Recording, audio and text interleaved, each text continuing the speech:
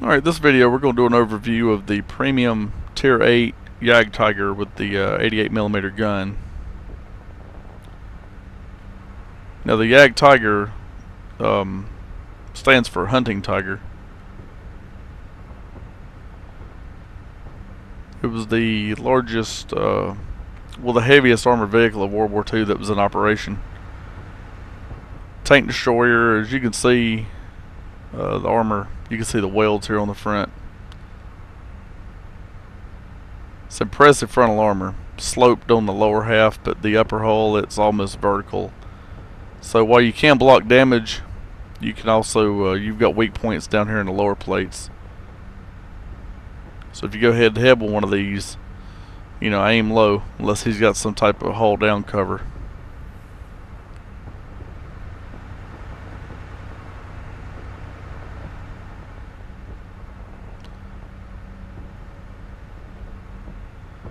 Now with this being a premium tank and Tier 8, you'll be in the upper ranges. I think you can see up to Tier 10s with this. The 88mm gun, you can do damage, but with your Tier 10s and things, you're gonna need to know some of your weak points. So pay attention to your crosshair. Don't take shots that where your reticle is yellow, because you're probably not gonna punch through. But some of their tanks, especially shooting premium shells, they can get through that frontal armor you've got. So you don't really want to go head to head with this thing. You want to use it in a support role, find some cover. If you get flanked sides or rear, you're pretty much history. If artillery gets a beat on you, your history. It moves so slow. But another thing, with it being premium and only shooting the 88, the ammunition prices aren't very expensive for the 88, and you can really make some silver with this thing. I mean, you can make it fast. A lot of my silver gets made with this early on to buy these other tanks and upgrades. We'll look at some specs on this.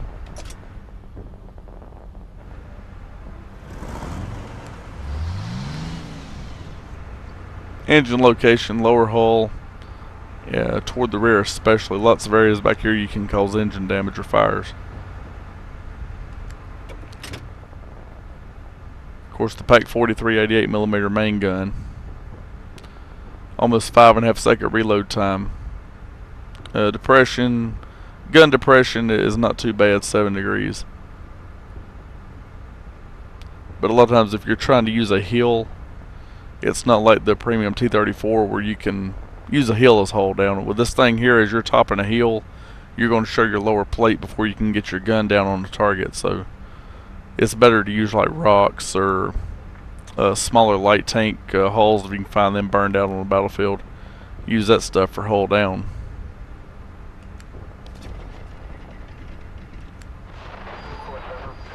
Radio location, ammo. Pretty much most of the sides and a little bit down in the lower hull. Crew member placement. You got 4 up in the main fighting compartment, casemate 2 in the lower hull.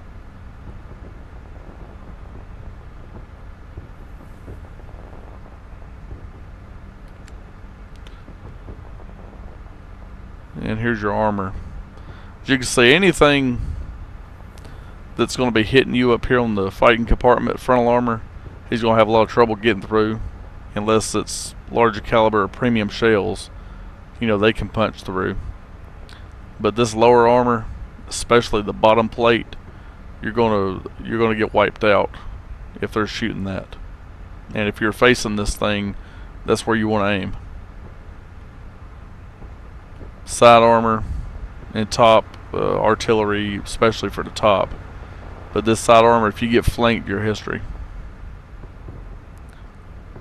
And a lot of guys, they'll like to come in and track you, especially light tanks. I've been taken out before by light tanks. They'll track me and run around behind me, and by the time I get fixed or get abandoned by your teammates and you're sitting there by yourself, that's all she wrote.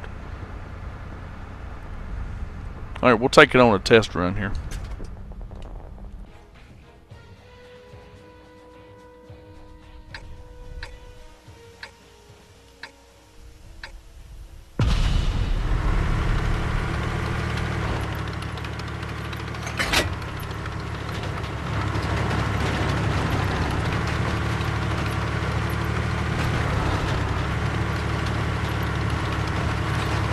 I use a camo net on this. I wouldn't say it's really useful with this tank. Every little bit helps, but this thing is so big, or concealment is hard. But I also use binocular optics because stationary you want to be able to see as far as you can. Penetration. And of course I use the tank gun rammer. Punched a hole in their armor.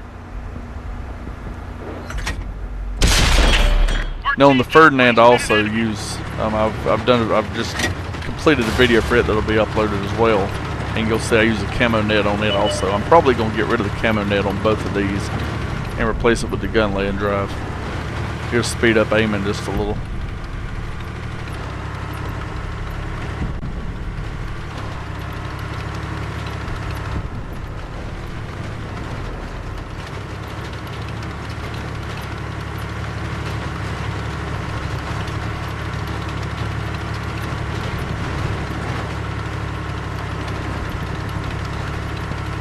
I think Germany built about 80 of these.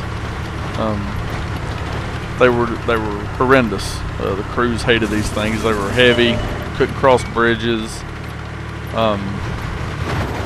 You know, you had to swap the tracks out when they transported them by rail. Good clean hit. Camo net up. We got him. Enemy vehicle. Not to mention, you know, they got very bad fuel economy, like something like 8 gallons per mile. And this thing was developed late in the war, so it was around the same time where Germany was having trouble with, you know, gasoline shortages. So they didn't need to build something like this.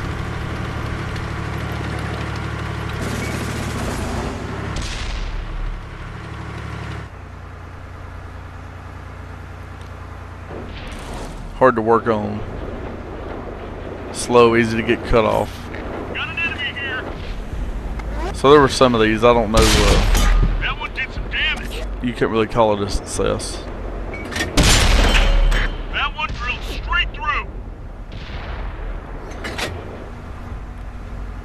But only a few, I think, have the 88mm gun on it that this one has. I don't have the regular one yet that has the, I think it's 128mm gun. That's what the real ones had.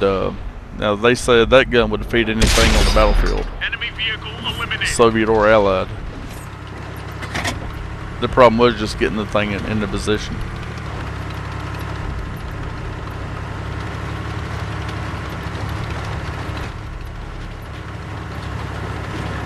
Another thing, it's not really a factor in World of Tanks, but in real life these things were hunted by aircraft a lot too, because the Germans had lost air superiority by the time they developed these. So you got this big thing out here you can't hide. We got him. Looks like that one went right through. Try to just show him this upper plate. We didn't penetrate their armor. He did a little damage. KB2. You can see here what I was telling you about this gun depression. It's okay, but it's not the best. You're going to show that lower hole when you try to peek over a hill. And this thing sticks up so far. I've got this light tank over here. You gotta watch her. He's gonna be punching holes in the side of this thing. Scratch another bad guy. Gun loaded. And he's gonna have a brief moment where he's gonna be able to see this lower plate. See, the gun's just now coming down on him. We hit him hard. If this were an online match, they would have exploited that and probably placed a couple shots into my lower glacis plate. Enemy vehicle eliminated.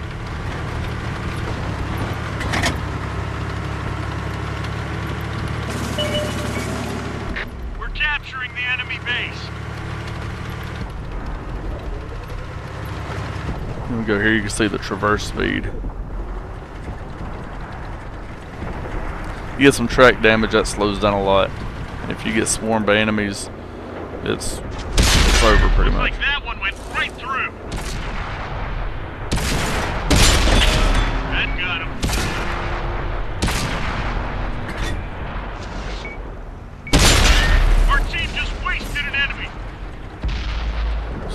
process against Swarm now.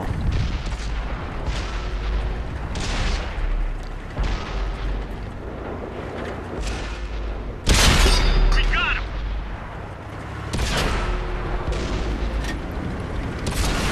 It's not online, but this is going to get interesting. Big hole. Ready to fire.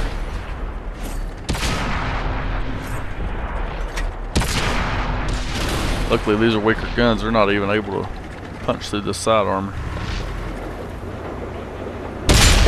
That one did some damage. That's gotta hurt.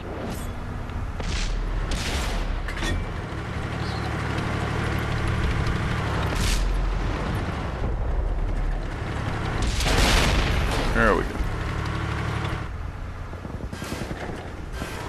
Now that's how you do it. But you'll see I've lost some silver here. And it's not too much, but yeah, the premiums, they don't really earn money in the Proving Grounds. The Proving Grounds, I use these just for these videos, the overviews. But online, you could easily make 80 to 100,000 silver. The average match, I would say, is about 75,000 silver you'll make. But I have hit as much as 115, 120,000 in a match. So I'd recommend it. It's expensive, you know, paying for real money, but if you get it, you can earn up a lot of silver pretty quick.